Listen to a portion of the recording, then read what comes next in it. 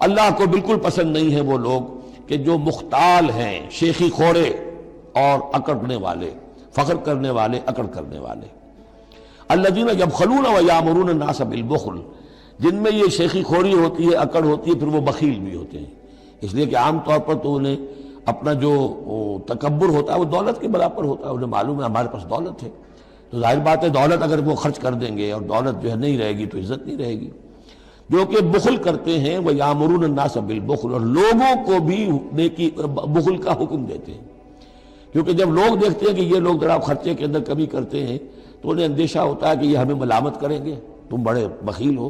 تو اس سے پہلے ہی کیوں نہ کہو بابا یہ اس طرح نہ کیا کرو، تم خام کا پیسے اڑاتے ہو،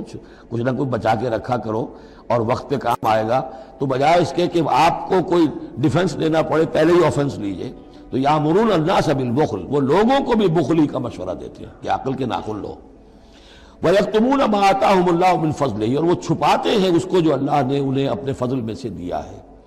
دولت ظاہر ہوگی تو کوئی سائل سوال کر بیٹھے گا، یعنی اچھا مسکین صورت بنائے رکھو کہ ان کے اوپر تو شاید خود 2 وقت کے فاقے ہیں، اب ان سے میں کیا ان کے سامنے ہاتھ دراز کروں۔